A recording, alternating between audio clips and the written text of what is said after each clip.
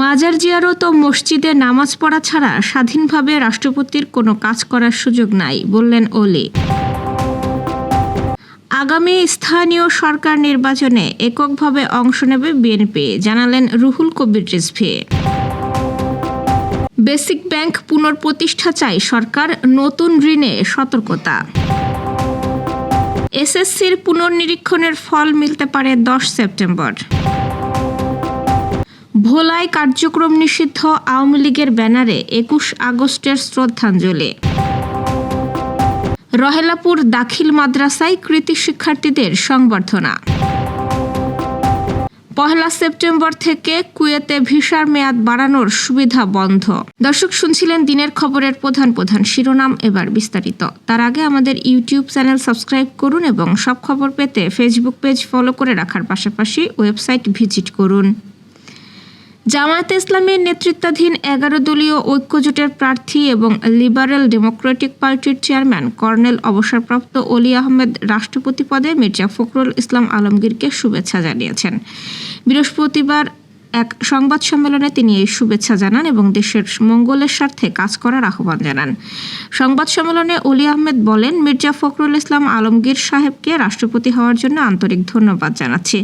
আমাদের দীর্ঘদিনের কর্মজীবন একসঙ্গে কেটেছে। আপনার কাছ থেকে আমরা অনেক ভালো কিছু আশা করি। সবকিছুর ঊর্ধ্বে উঠে দেশের কল্যাণে কাজ করবেন, এটাই আমাদের প্রত্যাশা।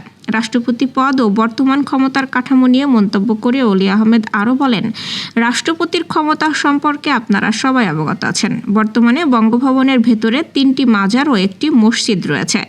এই মাজার জিয়ারত এবং মসজিদের নামাজ আদায় করা ছাড়া স্বাধীনভাবে রাষ্ট্রপতির কোনো কাজ করার সাংবিধানিক সুযোগ নেই। আমরা আশা করি আগামী দিনে সংসদ বসলে রাষ্ট্রের ক্ষমতার ভারসাম্য আসবে। আগামী স্থানীয় সরকার নির্বাচনে এককভাবে অংশ নেবে বিএনপি বলে জানিয়েছেন দলের ভারপ্রাপ্ত মহাসচিব রুহুল কবির রিজভী। বৃহস্পতিবার গুলশানে চেয়ারম্যানের কার্যালয়ে রাজশাহী বিভাগের নেতাদের সঙ্গে দলীয় বৈঠক শেষে তিনি একথা জানান। ভারপ্রাপ্ত মহাসচিব বলেন, স্থানীয় সরকার নির্বাচনে কেউ দলীয় শৃঙ্খলা ভঙ্গ করলে কঠোর ব্যবস্থা নেওয়ার নির্দেশ দিয়েছেন প্রধানমন্ত্রী। এর আগে সন্ধ্যায় বিএনপিকে তৃণমূল পর্যায়ে আরও সুসংগঠিত ও শক্তিশালী করার লক্ষ্যে রাজশাহী বিভাগের পাবনা ও চাঁপাইনবাবগঞ্জ জেলা শাখার নেতাদের সঙ্গে সাংগঠনিক আলোচনা সভায় যোগ দেন বিএনপি চেয়ারম্যান ও প্রধানমন্ত্রী তারেক রহমান। দলের তৃণমূল সাংগঠনিক কাঠামো আরও শক্তিশালী করার লক্ষ্যে ধারাবাহিকভাবে বিভিন্ন জেলা ও মহানগর শাখার নেতাদের সঙ্গে এমন সাংগঠনিক বৈঠক করছে বিএনপি চেয়ারম্যান তারেক রহমান। রাষ্ট্রায়ত্ত বেসিক ব্যাংককে শক্তিশালী ও লাভজনক অবস্থানে ফিরিয়ে আনতে নতুন ঋণ বিতরণে সতর্ক থাকার নির্দেশ দিয়েছে সরকার। সম্প্রতি অর্থ মন্ত্রণালয়ের আর্থিক প্রতিষ্ঠান বিভাগের সঙ্গে বৈঠকে ব্যাংকটির পরিচালনা পর্ষদকে অতীতের ঋণ কেলেঙ্কারির পুনরাবৃত্তি না করার নির্দেশ দেওয়া হয়। বড় ঋণ দেওয়ার আগে গ্রাহকের ঋণ পরিশোধের সক্ষমতা, ব্যবসার নগদ প্রবাহ, মালিকানা ও জামানত কঠোরভাবে যাচাই করতে বলা হয়েছে। 2009 থেকে 2014 সালের মধ্যে অনিয়মের কারণে বেসিক ব্যাংক বড় ধরনের আর্থিক সংকটে পড়ে। 2025 সালের ডিসেম্বরের হিসাবে ব্যাংকটির খেলাপি ঋণের হার ছিল প্রায় 56%। সরকার আগামী 12 থেকে 24 মাসে খেলাপি ঋণ আদায়, নতুন খেলাপি ঠেকানো, মূলধন ঘাটতি কমানো এবং গ্রাহকের আস্থা ফিরিয়ে আনাকে অগ্রাধিকার দিয়েছে। পাশাপাশি ক্ষুদ্র ও মাঝারি শিল্পে ঋণ বাড়িয়ে ব্যাংকটিকে তার ঐতিহাসিক সিএমএসএমই পরিচয়ে ফিরিয়ে নেওয়ার নির্দেশ দেওয়া হয়েছে। চলতি বছরের এসএসসি ও সমমান পরীক্ষার খাতা পুনর্নিরীক্ষণের ফল আগামী 10 সেপ্টেম্বর প্রকাশ হতে পারে। ফল প্রত্যাশিত না হওয়ায় পুনর্নিরীক্ষণের আবেদন করা প্রায় 4 লাখ পরীক্ষার্থী এখন ফলাফলের অপেক্ষায় রয়েছে। আন্তঃশিক্ষা বোর্ড সমন্বয় কমিটির সভাপতি ও ঢাকা মাধ্যমিক ও উচ্চ মাধ্যমিক শিক্ষা বোর্ডের চেয়ারম্যান অধ্যাপক সৈয়দ আখতারুজ্জামান জানিয়েছেন, 10 সেপ্টেম্বরকে পুনর্নিরীক্ষণের ফল প্রকাশের সম্ভাব্য তারিখ ধরে একাদশ শ্রেণীতে ভর্তি সংক্রান্ত প্রস্তাবিত খসড়া নীতিমালা শিক্ষা মন্ত্রণালয়ে পাঠানো হয়েছে। মন্ত্রণালয়ের অনুমোদন পাওয়ার পরই ফল প্রকাশের তারিখ চূড়ান্ত করা হবে। এবছর এসএসসি ও সমমান পরীক্ষায় আশা অনুরূপ ফল না পেয়ে 4,02,051 জন শিক্ষার্থী পুনর্নিরীক্ষণের আবেদন করেছে। এইসব শিক্ষার্থীর মোট 10,56,453টি তথ্যীয় উত্তরপত্রের ফল পুনর্নিরীক্ষণের জন্য আবেদন করেছে। এর মধ্যে 2,31,471টি পত্রের সঙ্গে ব্যবহারিক পরীক্ষা রয়েছে। ফলে তত্ত্বীয় ও ব্যবহারিক মিলিয়ে মোট 12,87,926টি উত্তরপত্র পুনর্নিরীক্ষণের আওতায় আসছে।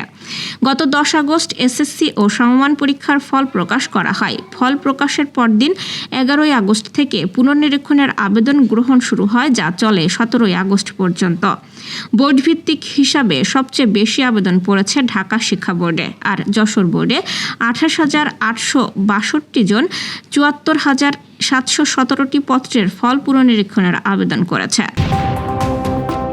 21 আগস্ট গ্রেনেড হামলায় নিহতদের স্মরণে ভোলা জেলা আওয়ামী লীগের অগ্নিসংযোগে ক্ষতিগ্রস্ত কার্যালয়ের সামনে শোকের ব্যানার টানানো হয়েছে। আজ সকালে শহরের সদর রোডের বাংলা স্কুল মোড়ে দলীয় কার্যালয়ের সামনে বিশাল আকারের ব্যানারটি দেখা যায়। বিষয়টি খতিয়ে দেখছে পুলিশ।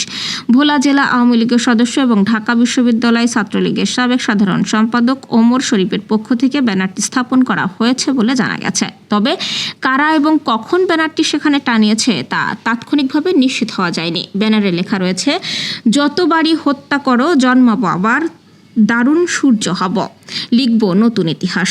এরপর লেখা হয়েছে 2004 সালের 21 আগস্ট ভয়াবহ গ্রেনেড হামলায় নিহত সকল শহীদদের প্রতি বিনম্র শ্রদ্ধা। 2004 সালের 21 আগস্ট রাজধানীর বঙ্গবন্ধু এভিনিউ আওয়ামী লীগের সমাবেশে ভয়াবহ গ্রেনেড হামলা হয়। এতে আওয়ামী লীগের মহিলা বিষয়ক সম্পাদক আইভি রহমান সহ 24 জন নিহত হন। আওয়ামী লীগ সরকার ক্ষমতায় থাকাকালে দিনটি গ্রেনেড হামলা দিবস হিসেবে পালন করা হতো। প্রতি বছরে নানা কর্মসূচির মাধ্যমে হামলায় নিহতদের স্মরণ করা হতো। তবে 2024 সালের 5 আগস্টের পর আওয়ামী লীগের রাজনৈতিক কার্যক্রম নিষিদ্ধ রয়েছে।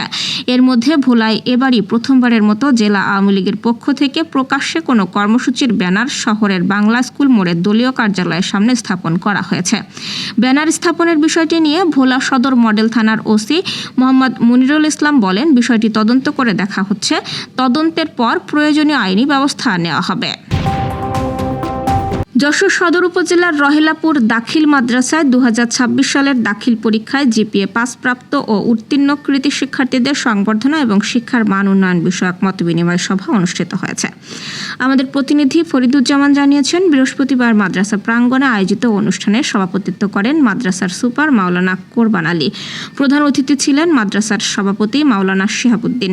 বিশেষ অতিথি ছিলেন সহ সুপার মোহাম্মদ আবু সাইদ। অনুষ্ঠানে বক্তারা শিক্ষার্থীদের নিয়মিত পড়াশোনা, সময়ের সঠিক ব্যবহার ও পরীক্ষার প্রস্তুতিতে মনোযোগী হওয়ার আহ্বান জানান। পাশাপাশি শিক্ষার মান ও ফলাফল আরও উন্নত করতে শিক্ষক, শিক্ষার্থী, অভিভাবকদের সম্মিলিতভাবে কাজ করার উপর গুরুত্ব আরোপ করেন। কুয়েতে ভিজিট ভিসা এবং দেশের বাইরে থাকা প্রবাসীদের ছুটির অনুমতিপত্রের স্বয়ংক্রিয় মেয়াদ বৃদ্ধির বিশেষ সুবিধা আগামী 1 সেপ্টেম্বর থেকে বন্ধ হচ্ছে। কুয়েতের স্বরাষ্ট্র মন্ত্রণালয় জানিয়েছে, এরপর ভিজিট ভিসার নির্ধারিত মেয়াদই কার্যকর হবে। একইভাবে কুয়েতের বাইরে থাকা প্রবাসীদের ছুটির অনুমতিপত্রের মেয়াদও আরও স্বয়ংক্রিয়ভাবে বাড়ানো হবে না। আঞ্চলিক নিরাপত্তা পরিস্থিতির কারণে চলাচলে অনিশ্চয়তা তৈরি হওয়ায় সাময়িকভাবে এই সুবিধা চালু করা হয়েছিল। তবে 1 সেপ্টেম্বর থেকে তা বন্ধ হয়ে যাচ্ছে। কুয়েতের বাইরে থাকা প্রবাসীদের ছুটির অনুমতিপত্রের বৈধতা আগে থেকেই যাচাই করতে বলা হয়েছে। এক্ষেত্রে সাহেল অ্যাপের মাধ্যমে বর্তমান বৈধতা যাচাই করার পরামর্শ দেওয়া হয়েছে। নির্ধারিত মেয়াদ শেষ হওয়ার পর ভিসা বা অনুমতিপত্র ব্যবহার করলে জরিমানা কিংবা আইনগত ব্যবস্থা হতে পারে। দর্শক, এই ছিল দুপুরের আয়োজন। সন্ধ্যার খবর দেখার আমন্ত্রণ রইল। এতক্ষণ সাথে থাকার জন্য ধন্যবাদ।